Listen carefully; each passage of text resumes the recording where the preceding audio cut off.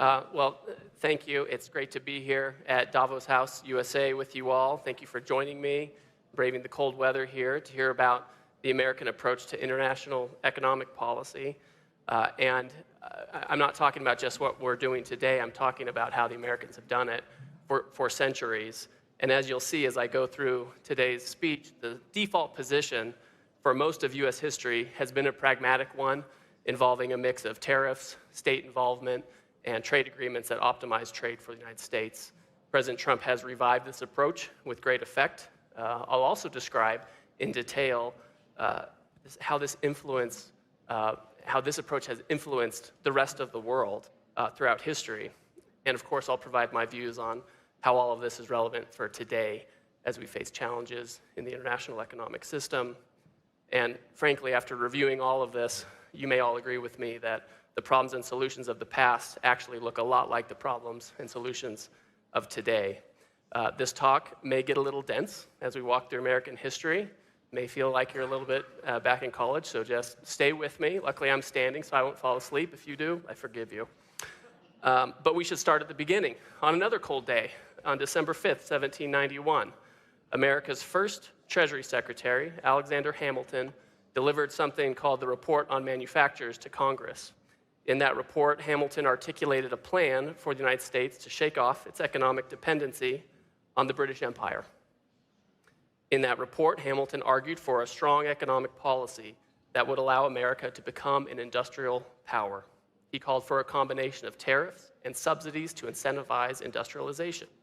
Hamilton believed that such measures were necessary to promote the development of industries, like textiles at the time, that needed protection from dominant foreign producers to develop the scale that would allow them to supply U.S. needs and also be globally competitive. This vision, as I will discuss, laid the foundation for American and even global prosperity in the 19th and 20th centuries. Hamilton immediately shifted from words to action. He created something called the Society for Establishing Useful Manufactures, and he founded the city of Paterson, New Jersey, to sustain this. It was a government-backed industrial organization, and it made large investments in textile infrastructure and soon blossomed into a massive and durable industry. This growth continued unabated for about 2 centuries, and by the 1890s, nearly half of all silk in the United States was processed in this tiny city of less than 9 square miles. Now, what's interesting is that the manufacturing ecosystem that emerged in Paterson made it a hub of activity far beyond textiles. New factories kept springing up in the city, making rail cars, pipelines, and weather balloons. A prototype submarine was developed in Paterson, New Jersey in the 19th century. And by the 20th century, Paterson had become an aerospace hub. The Curtiss-Wright Corporation turned out engines that powered aviation pioneers like Amelia Earhart, as well as the iconic B-17s and B-25s that helped achieve victory in World War II. But as the 20th century came to a close, the industrial might of Paterson began grinding to a halt. Other nations had learned Alexander Hamilton's lessons, while American leaders slowly forgot them. As the United States chose to favor more imports and mothball its original industrial policy toolkit, countries across Europe and Asia actually doubled down on that American toolkit.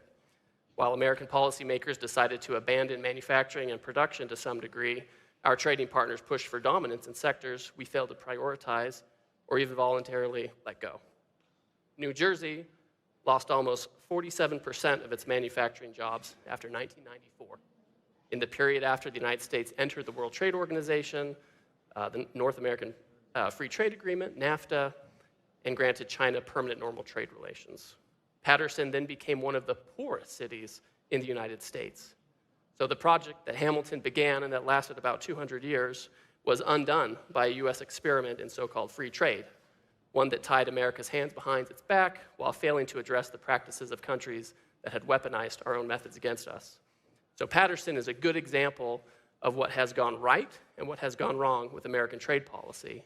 So I want to walk you through more of our history so you can understand how America became an industrial power in the first place, how we lost our way, and our path back to a pragmatic trade policy.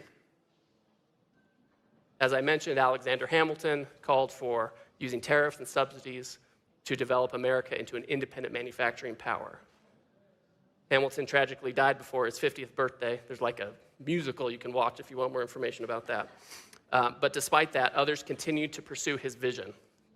There was a Kentucky senator named Henry Clay, and he took up Hamilton's cause. The economic dependency on the British Empire that concerned Alexander Hamilton continued to loom over the United States. Following the War of 1812, Clay convinced Congress that we needed to take bold action in order to reverse this dependency and allow the United States to develop into an industrial power in its own right. Over decades in Congress, he crafted consensus around what he called the American system. This program combined high tariffs and state support for industry with a belief in the power of a large internal free market. In other words, the US Constitution was our most important free trade agreement, and countries outside the Constitution were not entitled to those benefits of freedom of commerce. Trade between the states would be free and seamless, but access from other countries was carefully limited to encourage the development of a robust American industrial commons. Government helped build canals and railroads and promoted competition within the country. The formula worked. Towns like Paterson, New Jersey, thrived. By the time of the Civil War, the American system had built up the beginnings of the American industrial machine. American per capita industrial output increased 525% from 1750 to 1860, eclipsing all other major countries other than the UK.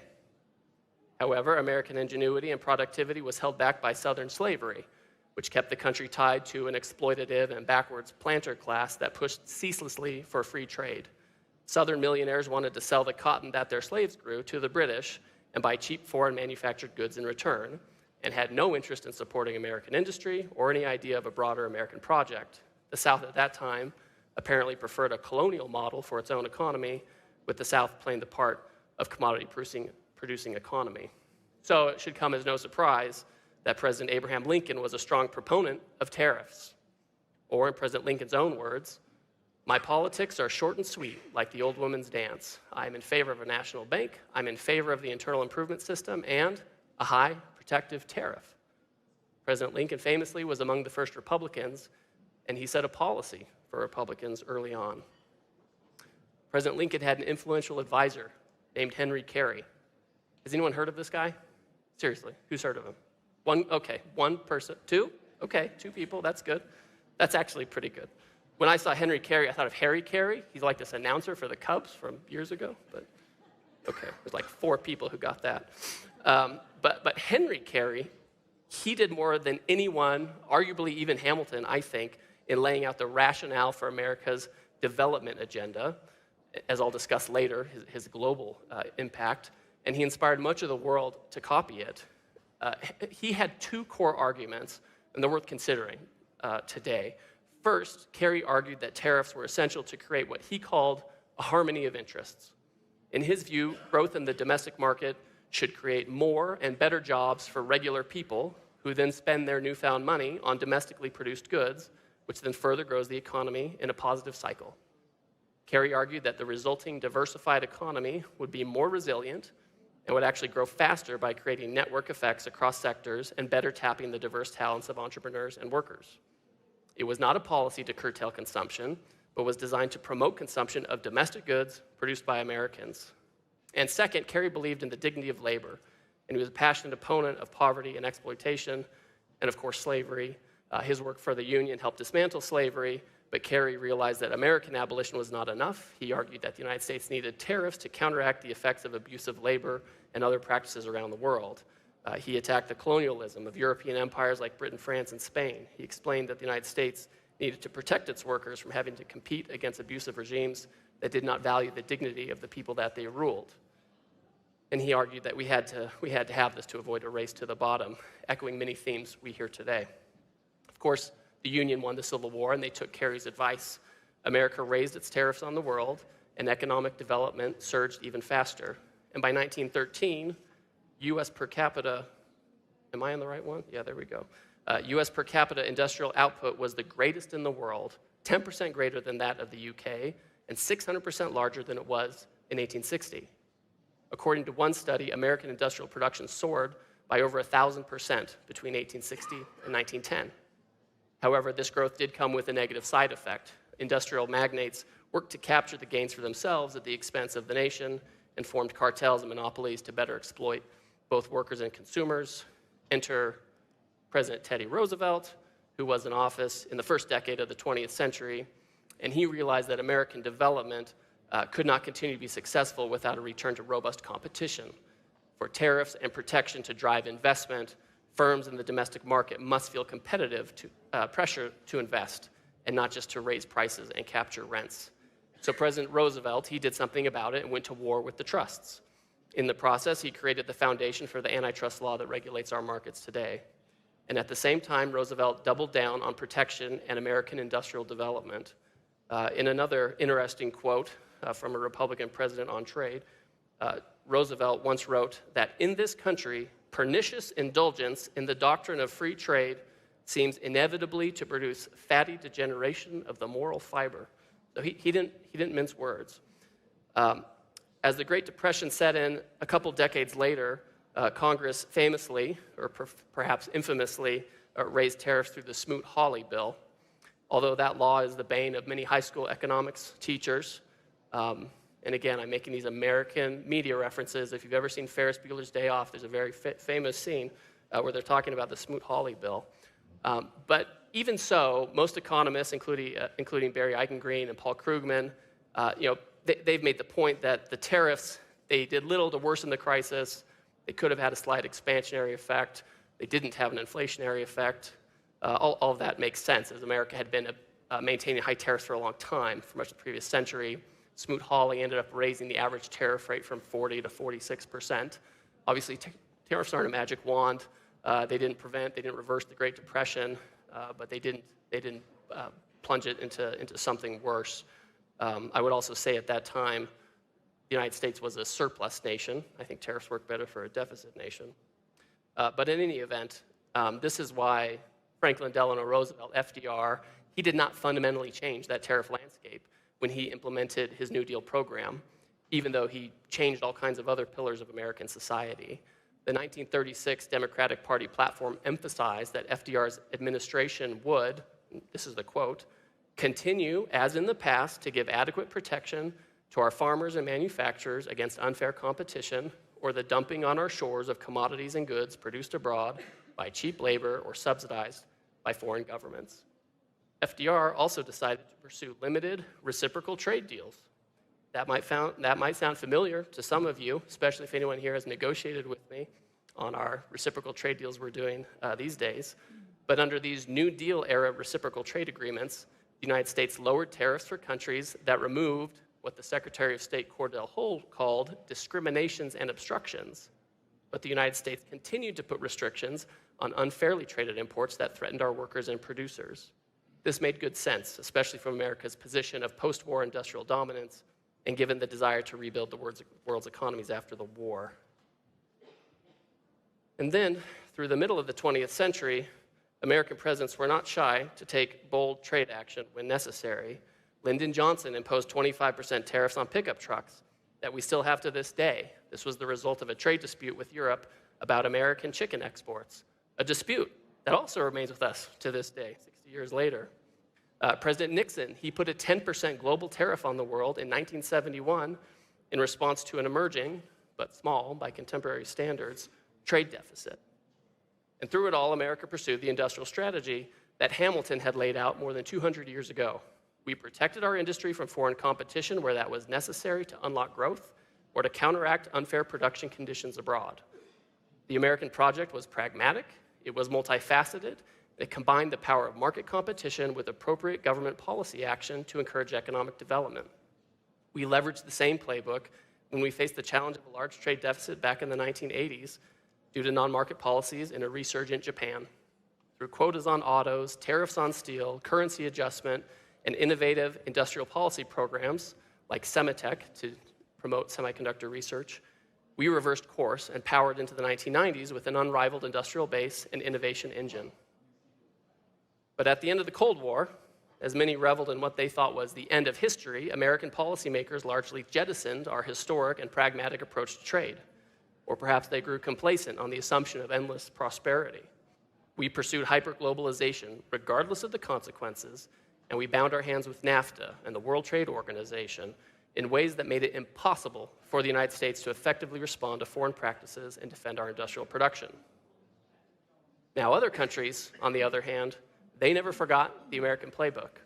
They had shaped their economic systems to learn from the United States and were not foolish enough to stop when the US decided to pursue globalization as an end in itself.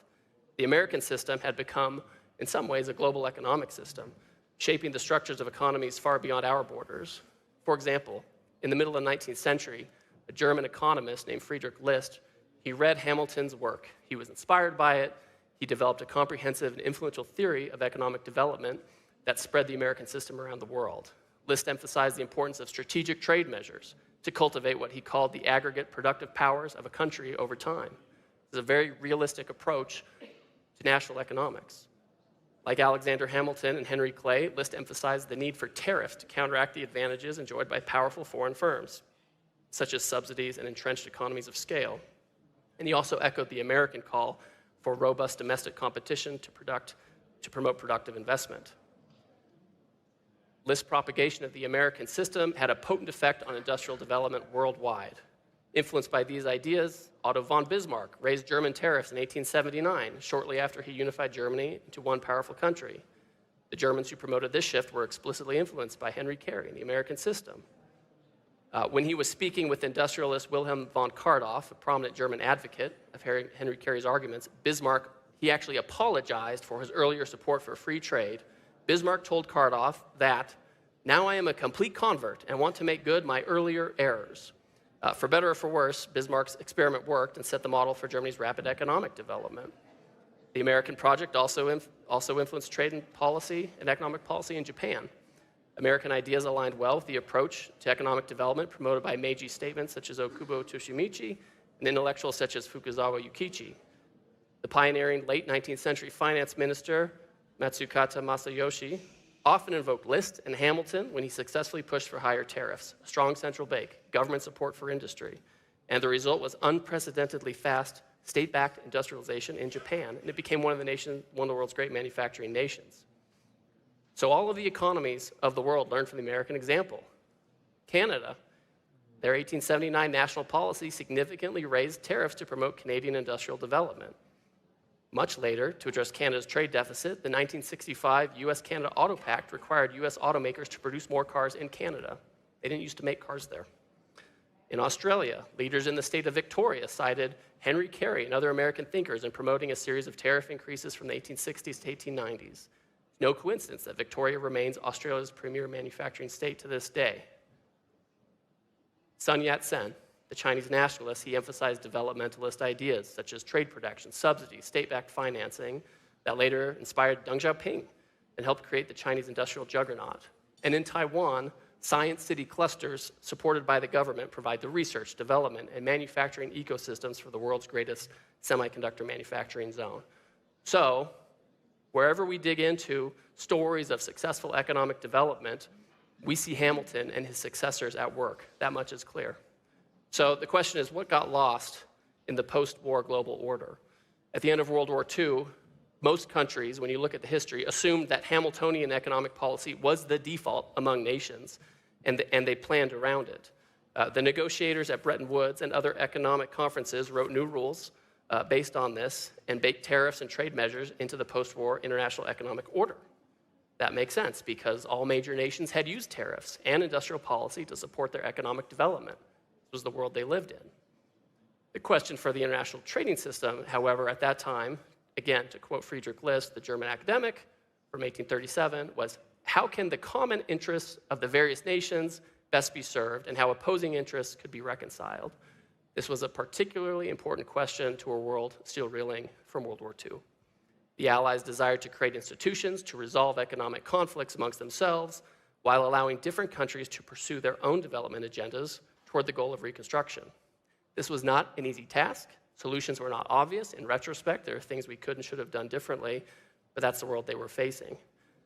John Maynard Keynes, the British economist and the British representative to the Bretton Woods Conference, he had an idea for how this could be done. He argued that the international economic system needed to be organized around the principle of balanced trade.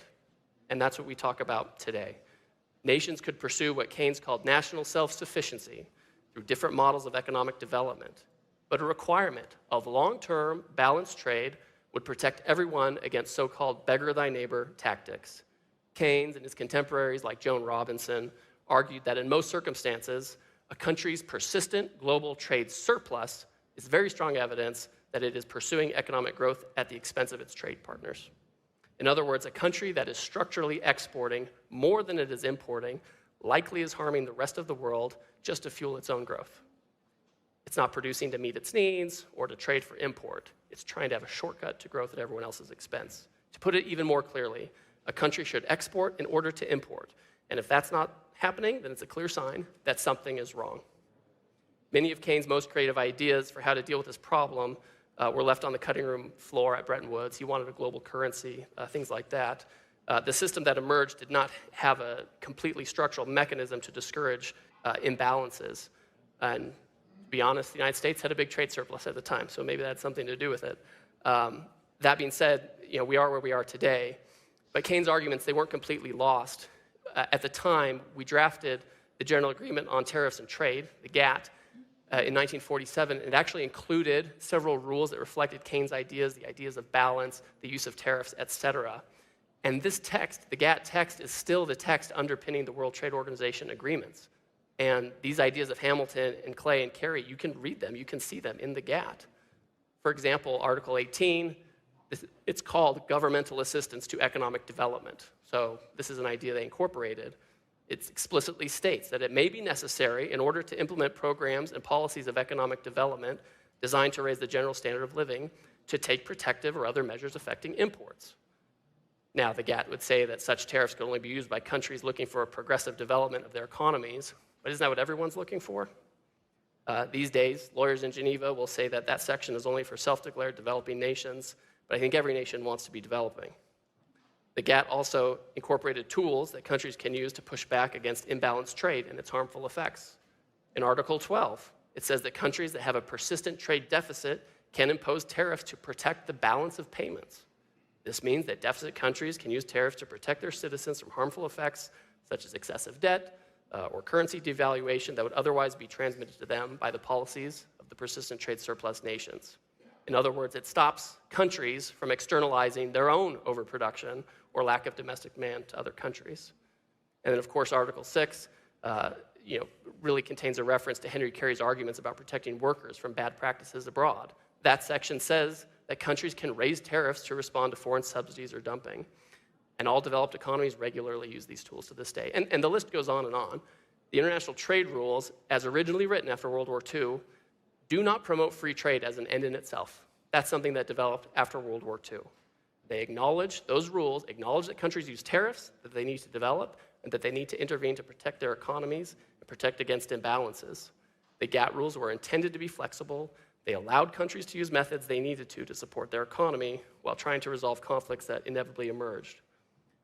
But these original goals and principles that we can see written into the GATT were rejected as the Cold War ended. With the WTO, we created a rigid dispute settlement system filled by unaccountable bureaucrats in Geneva, a couple of whom are here who work for the United States, so that you too.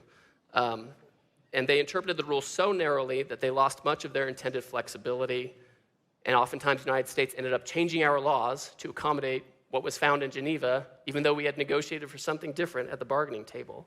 And we allowed large non-market economies into the world trading system, gave them the same tariff treatment as we did to market economies, and we didn't hold them accountable to the commitments they made in the process. And at the same time, the United States unilaterally disarmed. We slashed our tariff rates below the rates of nearly all our trading partners. We opened our borders to unprecedented and nearly unlimited flows of foreign labor, capital, goods, and services.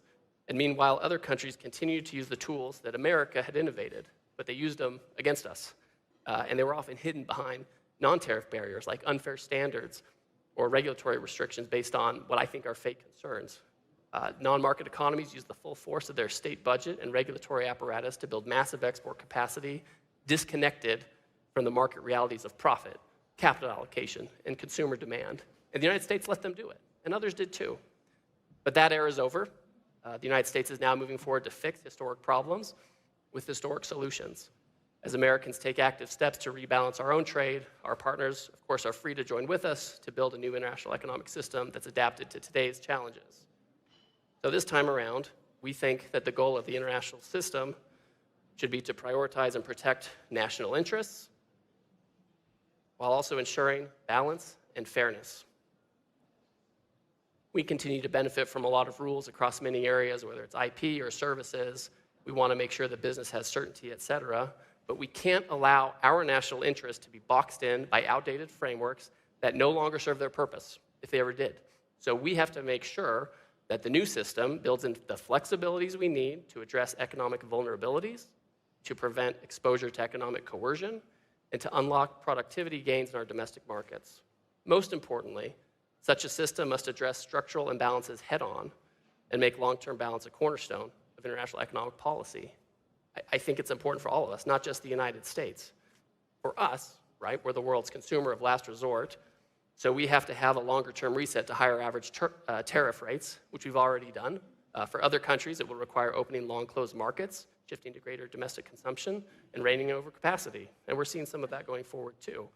We're well along this path as President Trump has increased these tariff rates and made deals to open foreign markets. This approach, combined with sensible energy, tax, and regulatory policy, has resulted in increased GDP. It's reversed the trend in our trade deficit. It's boosted our wages, particularly for blue-collar workers. We're disrupting the status quo, not for its own sake, but because we need to fix this problem. We're taking action to protect American interests. The new system is emerging. It's in the interest of the American workers, producers, farmers, and ranchers. My guess is that people in Europe, the United Kingdom, and Mexico, and other economies are also vulnerable to non-market practices and overcapacity. More and more workers in those countries are seeing their own livelihoods disappear underneath them due to floods of cheap imports from abroad. So a balanced international economic order is in their interest as well. And if their politicians do not yet understand that they face the same pressures as America, their voters will probably let them know quite soon. I'm going to end up here. I think there are some questions. I hope I didn't use up all the time. But thank you for your attention, and hopefully now you can wake up. She's going to ask me the hard-hitting questions. Thanks.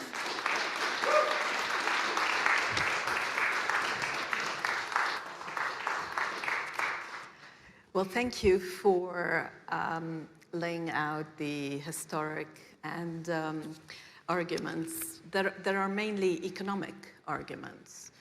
I'd like to bring you to the present day, where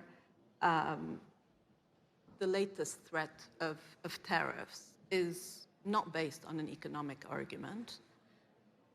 The president is threatening to put tariffs on various countries in Europe because they are resisting what he wants, which is Greenland. Do you think that that is the right use of tariffs?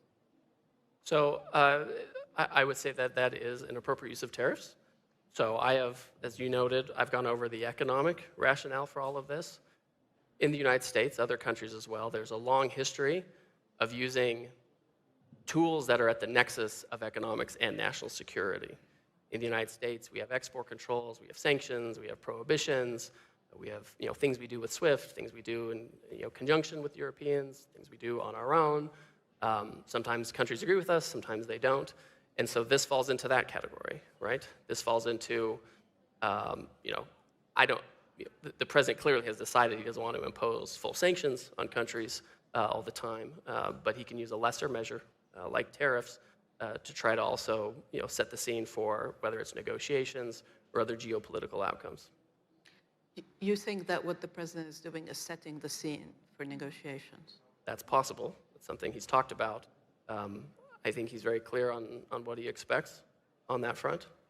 I'm not going to get ahead of him by any means. All I can say is the president has used tariffs, this term, for when countries have refused to take back illegal immigrants that came to the United States and committed crimes. Countries refused to take them back. He's used it for that instance. He's used them in other situations where countries are buying Russian oil, right? So there are a variety of geopolitical instances. And again, there's a long history of the U.S. or other countries using tools that intersect with economics and national security, and this is one of those instances. I'm wondering whether that makes your life a bit more complicated. Oh, no, because, no, not at all. Because you spent all of last year negotiating trade deals. So the EU trade deal, for example, may not go through. It is now suspended, essentially. The EU is threatening to retaliate with tariffs as well, and you could get into this escalatory situation where everything that you have worked on will no longer apply. Well, let me make a couple points. First of all, Europe has done nothing to implement the trade deal. Nothing. So it's actually, for the EU to say, well, we're suspending it, what are they suspending? Their continued negotiations with us. Well, it hasn't been ratified. For example, when we made the trade deal with the Europeans, shortly thereafter, we modified our tariffs to be much lower. We cut them a deal on autos that other people don't have. We cut them a deal on other products other people don't have. The Europeans have not lowered a single tariff for us. They have their process. I understand they have their process. Yeah. My point is, it actually doesn't change the status quo of outcomes, which is what we're focused on. Now, does it complicate negotiations? The Europeans have said that it does, so I trust them. They know their situation better than I do. I'm always open to having silos and compartmentalizing. I understand the Europeans feel differently. I've had communications with our counterparts. I'll see Mayor Šefčovič this week. We'll have further discussions. Listen, I operate in the real world, right? I know the kind of effect this has had on the European view of the United States and the trade agreement. If the Europeans have decided that they're going to loop the trade agreement into Greenland, and they'll come back and say, well, no, you looped the trade agreement into this. The reality is, if you look at the trade agreement as drafted, the joint statement, it doesn't solve every problem, nor was it intended to. There are things that are not addressed in the trade agreement. It doesn't fix all of the agricultural issues we have with Europe. Some of them it does. It doesn't fix the regulatory issues, which are hugely problematic. It doesn't fix pharmaceutical price. There are all kinds of things it doesn't fix. And so the idea that somehow this was a comprehensive trade agreement, that was never the idea. So we can have different things going on at the same time, and I think we have to. So let's just look at this from their perspective for a sec. If there is a trade agreement between two countries, then, and tariffs can be imposed for other purposes, then what is the value of this trade agreement? I mean, don't you worry that the negotiations that you are conducting, even if you sign agreements, what is the worthiness of these agreements if you can have tariffs beyond the agreements? Yeah, I mean, I think when you have a trade agreement, and if something happens outside the bounds of that trade agreement, like this, countries have a decision to make, and they're going to base it on their domestic politics, on what they think they need to do. And part of what I've been discussing this whole time is that trade should be focused on national interests, and that we shouldn't be bound to agreements that tie our hands. And so if the Europeans have decided, we're not going to be bound to this, we think it ties our hands, we're going to do something else, that's a European choice. I don't agree with them, right? I think we can compartmentalize. If they feel differently, then that's their national interest, fine, but then they enter into a world where the escalation you're talking about can happen, right? Listen, I'm a realist. I live in a realist world. If the Europeans decide to roll everything together into a trade agreement that by its terms was limited to some of the most important issues, that's a sovereign decision for them. So what you believe in, you mentioned the word compartmentalize. So you think that you can have these agreements, and then if something happens beyond that, then you have to address it completely differently. Well, I think you can. That's a completely different basis. I mean, listen, things have always happened. Take the Japanese, for example, okay? We've always had great relations with the Japanese. We've had a good security relationship. But in the 80s, we had a trade war with the Japanese, right? And we ended up taking strong trade measures. But they were able to compartmentalize, and so were we. I'm not saying it's easy, and again, I'm being realistic. I'm not pretending that it's easy for the Europeans to do this. It's clearly not. But there is a history of doing this. When we have a trade dispute at the WTO or something, that's an isolated dispute. When we do anti-dumping countervailing duties, that's an isolated dispute. I mean, it is part and parcel of trade. I mean, it gets this idea, there's this suggestion that somehow we can get to a spot where everything is perfect and working, and it's just not. There are always going to be issues. You should negotiate deals that address the issues as best as they can. That's what you should do. And then you have other issues that happen, you have to deal with them as they come. I mean, until we get to the point where Europe has eliminated all of its digital trade issues, India's taking all its tariffs down, China stops subsidizing, then maybe we can all hold hands and sing the song of globalization together. But until then, we're going to have deals, we'll have setbacks, we'll go forward 2 steps. I mean, it's just the reality of the world we live in. What's interesting to me is that the US has sort of moved on to this new reality, but you are in the driving seat, and so you can drive that reality. And others who are, at the receiving end find it a lot more difficult to keep up or to find a strategy to deal with it. For them, this is just chaos. Well, for us, we're catching up for years where we allowed extremely non-reciprocal relationships. For us, our actions on the trade side are largely defensive. We have this massive trade deficit, which you'll have some people say trade deficits don't matter. And I guess if you're a multinational corporation, they probably don't matter to you because you're making money on either side of the border. What do you care? But if you're like an auto worker in Ohio or you're a HVAC equipment manufacturer in Michigan, deficits matter to you because it represents a consumption, production that could have been produced in the United States for consumption there. So it matters. And I would say that for us, as we try to rectify this deficit that's been going on for some time and really exploded by 40% in the last 5 years, these are defensive measures. I mean, that's why I kind of went through the history so everyone can understand we've had deficits before and we've taken action before. We've had imbalances before, we've taken action before. There are times when we've been the ones with the surplus and countries have taken action. So you've talked in the past about the need to secure supply chains, and we saw China choking off the supply of several rare earths earlier this year. Does their control of this supply chain limit how you approach China? Because this is an ongoing negotiation. Well, I think it makes us realistic about it. Even in a world where we weren't dependent on China for its supply chain, President Trump would want to have a constructive economic relationship with them. Certainly. I will say that when the Chinese come in and say, we're going to control the world's supply chain for rare earth minerals, you have to have a conversation with the Chinese about why that's the case and what can be done to have that flow coming, right? And you know that we did a deal where we lowered our tariffs a little bit. They're still subject to about an average 45 or 35% tariff, somewhere thereabouts. So does it limit it? I don't know if that's how I would say it. We want to have a good relationship with the Chinese. It complicates it, right? I mean, we know that if they want to escalate, they can escalate. We could escalate too if we wanted. We have all kinds of things that the Chinese need. It's not really in the interest of the United States to escalate to have a giant trade war to cut off that can result in cutting off rare earths, nor us cutting off things we sell into China. You seem to often in the behavior of the administration to think that China is so powerful that you really need to manage this relationship. But when it comes to Europe, you're a lot more, you're more willing to push Europe. Is it because you see Europe as being much weaker than China? Because Europe is your ally. So I think the premise is just wrong because we have much higher tariffs on China. A lot of their investment doesn't come into the United States. We export control a lot of things. So, I mean, it's just to suggest that we're treating Europe more poorly than China is just out of line with the facts. I mean, we have been, since 2018, we've had very substantial tariffs on China. There have been export controls on China that they hate.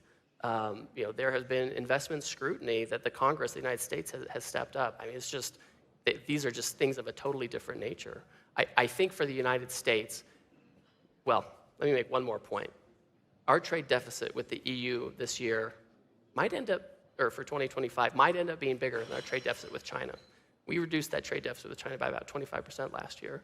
So when it comes to imbalance, we have a huge imbalance with Europe. You've had huge access into the US market for many years. We've had limited access into Europe. You limit our agricultural imports, you limit our industrial imports, and you have a huge surplus with us. And it's not because Europe is particularly competitive. I know I'm here in Europe, and I've spent a lot of time in Europe. I have children born here. I like Europe. But the reality is you're not competitive. Most of us here have read the Draghi report. We know you have bad energy policy. The fact that you have this massive surplus with the United States can't be due to competitiveness. You look this year at China's trade surplus, which keeps going up. Definitely, it's lower with the U.S.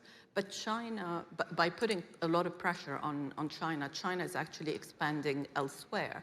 And surely you do care about the economic influence of China. Well, first and foremost, we worry about the American economy. And so we've taken measures to protect against overcapacity. Certainly from China, they're the biggest offender, but there are other Asian economies, Vietnam, elsewhere, who have a lot of overcapacity. They have high tariffs too. I can't change other countries' trade policy, right? I can't force them to take measures to protect their own economies. All I know is we can control some levers in the United States with the executive authorities we've been given. We've taken care of that. I remember in 2018 going to business representatives from a large Western European country, and we told them we're going to put tariffs on China to control for unfair trade practices and overcapacity. What are you going to do? And they said, we're going to out-innovate the Chinese. Now, I've met the Chinese, and they're becoming quite innovative. So I don't think that was the great policy. And now here we are, 8 years later. If I were outside the U.S. and I was one of these countries that was facing overcapacity from China or elsewhere, or Vietnam, et cetera, I would think about the type of interest-based measures I could be taking and that countries have taken for literally hundreds of years. So you think the EU should put tariffs on China? Well, I'm not going to say that in a public forum. Why not? Go ahead. Well, because I'm just trying to get along with everybody, right? I'm like the good cop here. This is not what's going to get you to get along with them. Let's talk about the U.S. economy. Well, first of all, there is a Supreme Court decision coming down the line, possibly in... What time is it? Is it 10 a.m.? No, in exactly 17 minutes. It'll be fine. It'll be fine. That's what you're expecting, that it's going to be fine? Well, first of all, we don't know if the decision's going to come down. Yeah. First of all, we've had the past 2 weeks where everyone went to the court and Justice Sotomayor came out and she said, why is everyone here? They weren't there for the criminal defense case that they handed down. So the case will come down eventually. The administration gave the court a clear pathway to find in favor of the administration. I won't go into great detail about this, otherwise I won't stop talking about it. The plain language of the statute authorizes the president in an emergency situation to regulate imports. You regulate imports with the tariff. That's just historic. That's how it works. There's an emergency with our trade deficit and offshoring. Courts typically will defer on the emergency. So we think there's a clear statutory and constitutional basis for all of this. But if it does rule against you, what will you do? Would these tariffs on Greenland work? Well, so what I would say is, the Trump team has been thinking about these actions for years. And my sense is, had COVID not happened at the end in 2020, you probably would have seen broader action even then. So there are a lot of different options. My general counsel has told me that I'm not allowed to discuss them in public, so sorry. But there are a lot of different plans available. The president chose to use IEEPA because it is the most appropriate to the situations we're facing. For the emergency like the trade deficit, for emergencies related to national security, it's the most appropriate. So if we aren't allowed to use that, there are other tools we can use, certainly, but IEEPA is the most appropriate. You spoke in your presentation about manufacturing, and we know the president wants to return manufacturing jobs to the U.S. When I last looked, U.S. manufacturing activity has been contracting for several months. What do you think that is? Yeah, I think there are a lot of factors we look at. There's that one where it's contracting. The manufacturing jobs numbers are, kind of middling. But there are other ones that also indicate that the boom is coming. And I would say that construction jobs have gone up significantly. Manufacturing productivity has shot up over the past year. Manufacturing wages have gone up. So there are some indicators that we don't have the jobs right now, because normally when you're building a factory, it takes some time. You have to get these things going. And so we're seeing the construction starts, we're seeing the construction jobs going up, we're seeing productivity going up. So I think that all of that activity is happening right now to get it up and running, and so we'll see more of that in the coming year. We also have the full effect of the tax bill, which allows for expensing for capital goods, R&D, and that kind of thing. So we're watching that, those indicators. They're not where I want them to be yet, but we're confident they'll get there. The labor market is also cooling. Do you think that tariffs had anything to do with that? So no, I don't think so. You have to remember in the United States, with our new immigration policy, a lot of folks have left the United States. And so and we cut some government jobs because we didn't want an economy fueled by illegal immigration and government jobs. So the president, over the past year, there have been 650,000 jobs created, and they're all in the private sector, and they're all to Americans. So that's the kind of healthy job growth we want. We don't want an economy that's fueled by government jobs. So you're going to see that effect in the labor numbers. I think the middle of this year, I think the labor numbers will be a little more reflective of our policies outside of the immigration and government cuts. I know that you don't think that tariffs drive up prices, but if you look at the polls and you have the midterm elections coming, what they show is that American voters are very concerned about inflation. They're very concerned about affordability. Talk about it. Well, talk about it, but also, I mean, how is it that you believe that tariffs had nothing to do with prices? So if you look at the drivers of inflation, these are all related to services we don't import that are subsidized by government. Healthcare, housing, education. This is where, or energy to some degree, right? So these are areas we don't import these things. That's where the largest impact of inflation is. And if you look at where we were in the Biden administration, I think we hit a high of 9% or something like that. We're now down to 2.7. I mean, that's huge progress. And then when you look at the actual, inflation numbers for goods, there are a few goods here and there where we have seen high prices, right? Beef is one of these. That's related to the size of the U.S. cattle herd, right? It's cyclical, and every 10 years it gets low, and then you build it back up. Things like coffee, like tariffs can't control a weather event in Brazil 18 months ago, which affects, commodity prices in the downstream. So, can tariffs have an effect on price? Of course they can have an effect on price, but it's typically not an inflationary effect, right? You might get that if you have like a single supplier overseas and they have huge market power to raise the price, but most of these people overseas who are selling to the U.S. market want to keep that market share, and so they're competing. And so are all the people along the supply chain before it gets to the consumer to eat a portion of that. And so that's why we're not seeing overall inflation. You may see some price effects here and there for specific items. So some companies have told me that what they've done is absorb some of the cost of tariffs. And they don't want to immediately raise prices. So what they do is they raise them, little by little so that you don't notice. Are you seeing that? So no is the answer. I mean, you can cherry pick. You can go to a certain month and say, inflation went up for goods by 0.3%, but then I can find another one and I say, but durables goods went down by 4%. I mean, when you look at the overall trajectory of inflation, it's in check and going down. And importantly, when we talk about the growth that we're experiencing in the United States, it's not just about the prices, it's about wages. And wages are outpacing inflation, especially for blue-collar workers, especially for manufacturing jobs. When you look at the Biden administration, real wages went down by $3,000 over that administration. We're already up $1,300, and we're only a year in. So we're trying to claw back out of this place where we were found, and the fact that wages are outpacing inflation is a really important part of the calculation when we look at the economic effects of our overall program. So do you think that the issue of affordability is going to have a big impact in the midterm? Listen, I think Americans are worried about affordability, and again, it's less focused on goods that we import that we have huge supply. There's oversupply in the world for most goods, but we are concerned about healthcare, where it's subsidized by the government, so it goes up. Education, it's subsidized by the government, so it goes up. Energy, these are often state-run utilities that are poorly run in many cases, so it goes up. So all of these services that are subsidized by the government under schemes largely developed by Democrats, that's a concern. We'll take a couple of questions if Sure. you're happy, but I wanted to ask you, so prepare them. But Do you think that Congress has a role in tariff policy? Yeah, if you go to Congress today, the members of Congress will start off by saying, Article 1, Section 8 of the Constitution entrusts tariff policy to the Congress of the United States, and that's true, and that's written down.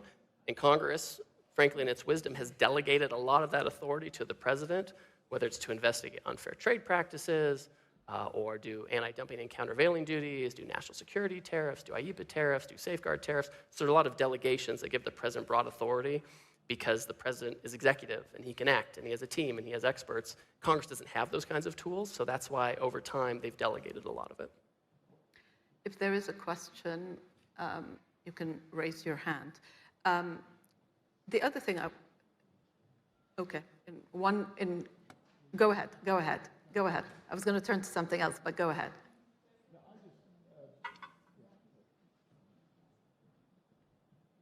Thank you for your time. So as I understand it, just looking from the outside, President Trump was elected because of his superior ability to manage the economy, to sort of challenge the defense military industrial complex, and then protect the borders. And he doesn't seem to be polling too well with respect to the economy. He doesn't seem to be polling too well with respect to the military industrial complex. It seems like he's not doing particularly well with respect to ICE, although he did very well in the beginning in terms of controlling the borders. So what do you think needs to happen to improve that over the remainder of his term? Well, I'm not like the political strategy guy.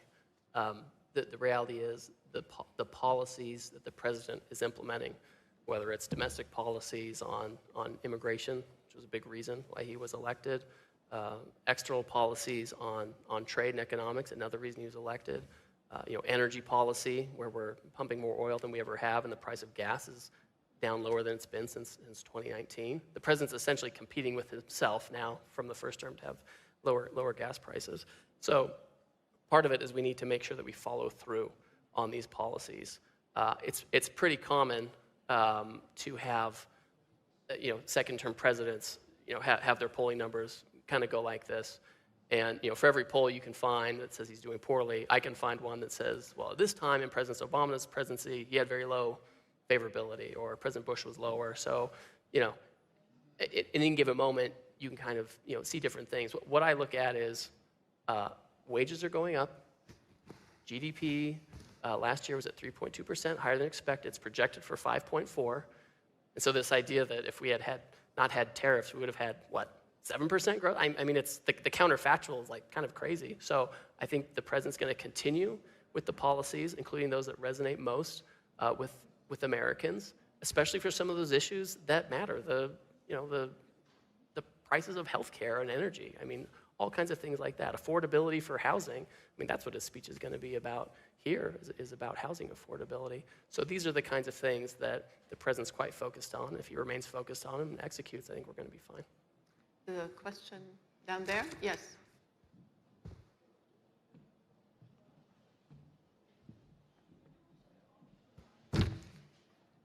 Hello, I'm a journalist, Alina Trabatoni. I wanted to ask you if you could comment on how the energy dynamics could change in terms of the European-American relationship with these latest developments. Also, given the lots of change, I mean, Europe is very dependent on the US for LNG and all the various developments that have taken place over the last couple of years on that front. Sure. Well, I mean, first of all, I think American energy is the most dependable energy for Europe.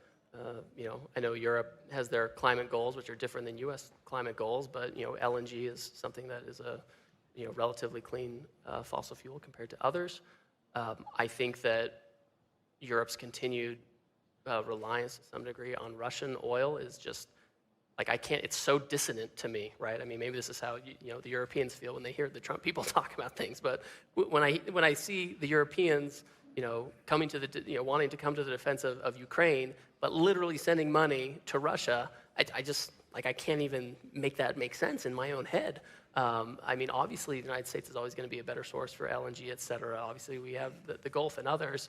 At the same time, Europe has rules in place, rules about methane, CSDDD, all these things that make it look like they're fighting really hard against getting LNG from other countries. So to me, it's a schizophrenic energy policy in Europe. In this instance, I credit the French for leaving those nuclear reactors on. I mean, good on them, right? I mean, I think that we have to use whatever energy makes the most sense for our country. I think that the United States will continue to be a great source for LNG for Europe and the world, and we are happy to work with Europe to find a way to supply them. Two more, if you're okay with that. Yeah, go ahead. Hi, Ray Wong with Constellation Research. So after we reset our tariffs and reset our trade agreements, what are we going to do to create a similar Belt and Road type initiative to bring the carrot back after the stick? Yeah, I mean, I think a lot of that is going to happen organically. I think, for example, with things like critical supply chains, that is probably the place to start. We've had conversations with many partner countries on critical minerals, for example. We've had quite detailed, memorandas or negotiations, exploring, potential trade tools like price floors to make sure that new projects aren't undercut by, dumped critical minerals. We've talked about specific projects in certain countries. Australia, for example, we have a list of projects we're working on with them, and the United States is deploying tools from the Exim Bank or Development Finance Corporation. We're partnering with the private sector to try to get these things up and running. So I think that is more of a, it's more market-based. It's trying to use government tools to push projects that might not be economically viable over the edge to where they are, whether it's by having a price floor or a tariff or a little bit of support from a institutional, government institution, financial institution. Those are the types of things that I think are more fitting for the way America wants to do things and its allies. Thank you. Down there, yeah.